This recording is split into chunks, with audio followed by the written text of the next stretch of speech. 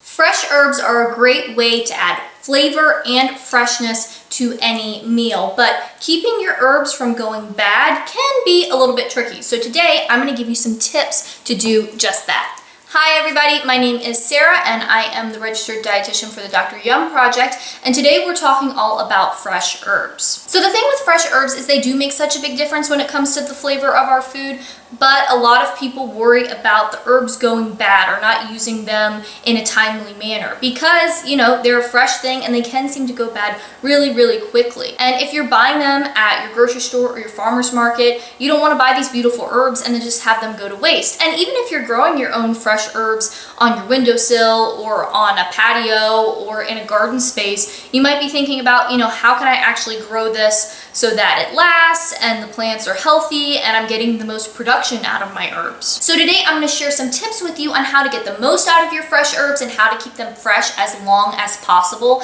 as well as some cooking ideas so you can use those herbs and make sure that they're getting incorporated into your meals. So starting off with the fresh herbs that you buy at the grocery store or at your farmer's market, the thing that really makes the big difference is how you store them. So here I have some fresh parsley, I also have some fresh dill, and I have some Thai basil as well.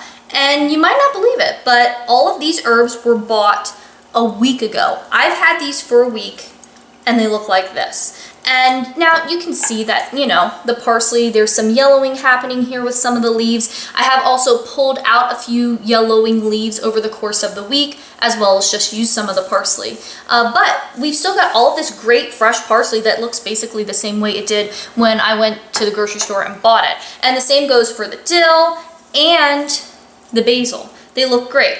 You can see on the basil, there's a few over here that are a little wilty. I have had some dry leaves come off, but overall, it's looking pretty nice. So you may be able to see that all of these are stored in jars or glasses. So this is the key, really. This is how you do this. So when you get your parsley home, for example, you want to give the stems a trim. So you can either put them on a cutting board and give them a slice with your knife or use some kitchen scissors. But basically you want to treat it the same way you would a fresh bouquet of flowers. You want to give them a nice, clean, fresh cut.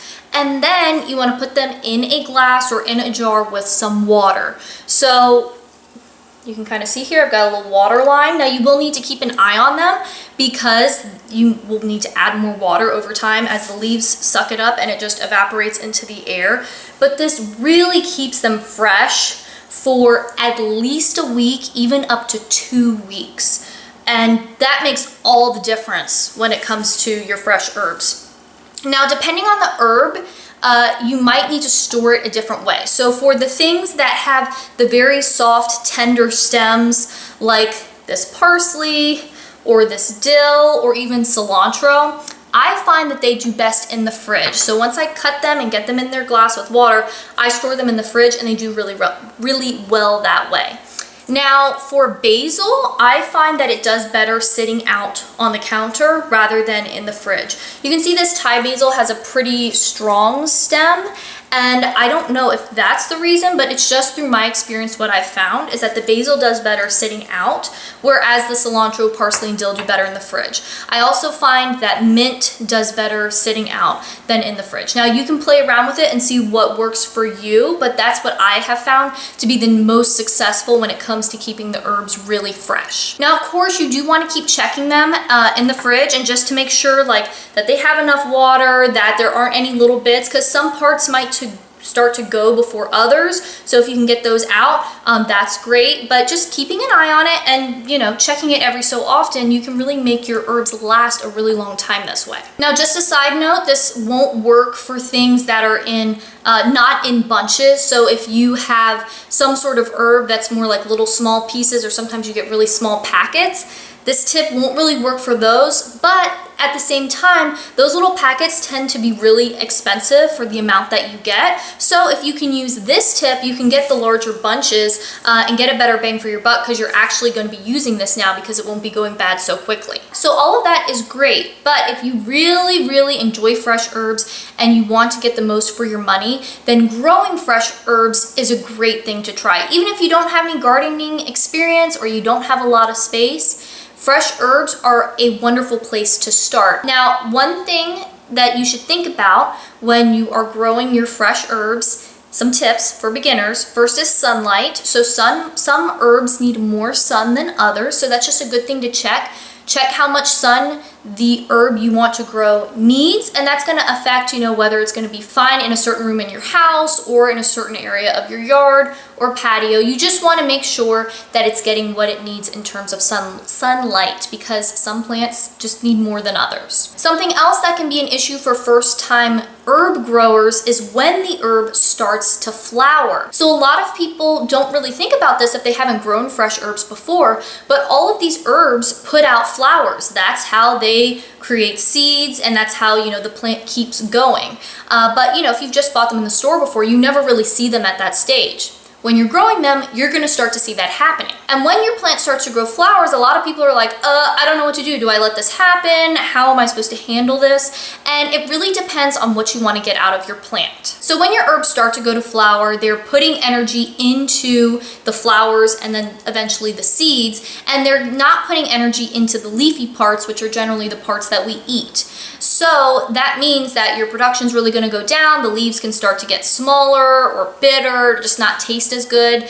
So it's not going to be as great for eating. But, if you are at the end of the growing season or you've got a lot of plants, you might be okay with a few of them going to flower, can bring in some beneficial insects. Also, sometimes people like to use especially basil flowers. You can see them on this plant that I got at the store right here. Some people like to use those in flower bouquets as kind of filler. So if you grow cut flowers to bring in and put in, your house somewhere, having those basil flowers might be a nice thing to add into your bouquet and kind of fill out around some of those more centerpiece flowers. Also, you might be trying to get seeds, especially with something like dill. When that goes to flower, a lot of people like to use the seed heads in pickling, if you're making dill pickles or some other dilly flavored pickled vegetable. So that might be a case where you would want them to go to seed. But if you are focused on production, you want to get those herbs, and you don't want this seed thing to happen, this flowering thing to happen, then there's one thing you need to do, and that is pinching off the flowers. When you start to see the flowers coming on, you can just go around and pinch them, or pick a little bit below it, and that's a way to stop that process, or at least slow it down. Now, of course, the plant's still going to start trying to put out more flowers.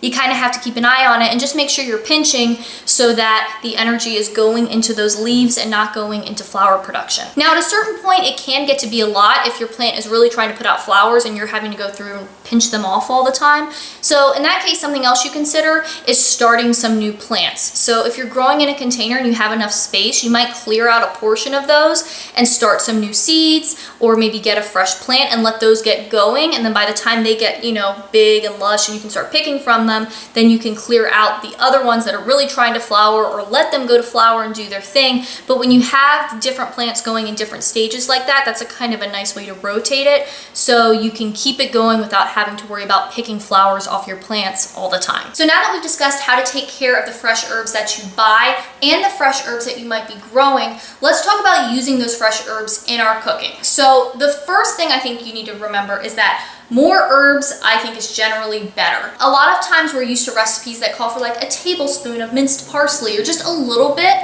of any fresh herb we might be using.